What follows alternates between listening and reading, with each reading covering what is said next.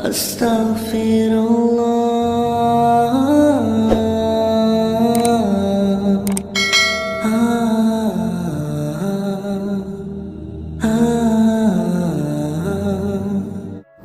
Assalamualaikum warahmatullahi wabarakatuh. Selamat pagi anak-anak, bagaimana kabarnya? Semoga dalam keadaan sehat ya. Pada pertemuan kali ini kita akan membahas materi tentang kejujuran dan kasih sayang Rasulullah Shallallahu Alaihi Wasallam. Namun, sebelum pelajaran kita mulai, alangkah baiknya jika kita berdoa bersama terlebih dahulu. Yuk berdoa bersama. A'udzu billahi minasyaitonir rajim.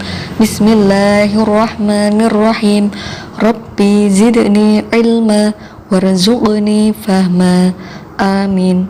Semoga dengan bacaan doa yang sudah kita baca bersama dapat memberikan keberkahan bagi ilmu kita semua. Amin. Kalian tentunya sudah mempelajari kisah 25 nabi. Nabi Muhammad SAW pasti disebut sebagai nabi ke-25 atau nabi terakhir. Nabi Muhammad sejak kecil sudah menjadi yatim piatu. Oleh sebab itu, beliau sangat mencintai anak yatim dan menganjurkan umatnya untuk merawat, mendidik, dan mencintai anak yatim. Di samping itu, Nabi Muhammad SAW terkenal sangat jujur. Sikap jujur tersebut sudah diperlihatkan sebelum beliau diangkat menjadi seorang rasul.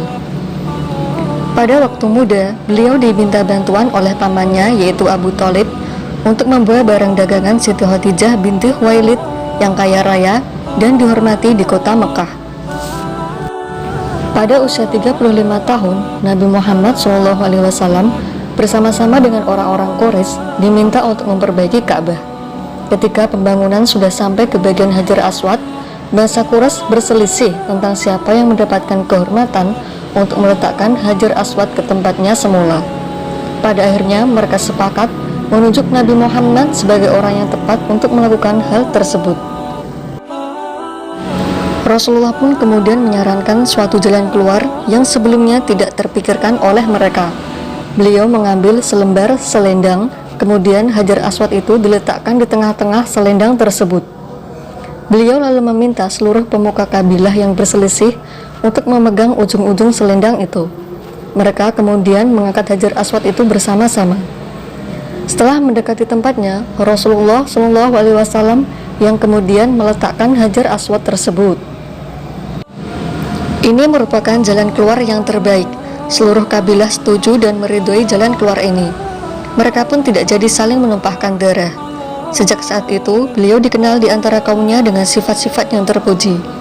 Para sahabat dan pengikutnya sangat menghormati dan mencintai beliau, sehingga beliau diberi gelar Al-Amin, artinya orang yang dapat dipercaya.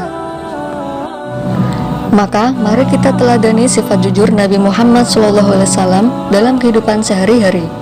Misalnya, jika orang tua kita minta bantuan untuk membeli sabun di warung, dan kemudian ada sisa uang pembelian, uang itu harus dikembalikan kepada orang tua.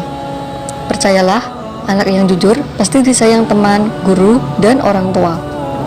Selain memiliki sifat jujur dalam berdagang dan bergaul, Rasulullah pun sayang terhadap keluarga dan orang-orang di sekitarnya. Pada zaman jahiliyah, penduduk Mekah tidak menghargai anak perempuan.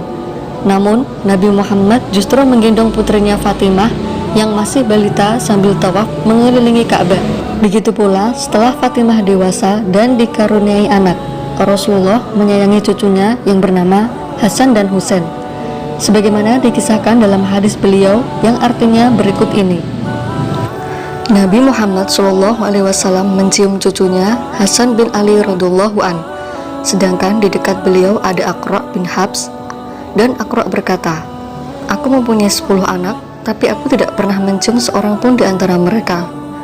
Mendengar hal itu, Rasulullah memandang Aqra lalu bersabda, "Barang siapa tidak mau berbelas kasih, maka ia tidak akan mendapatkan belas kasih."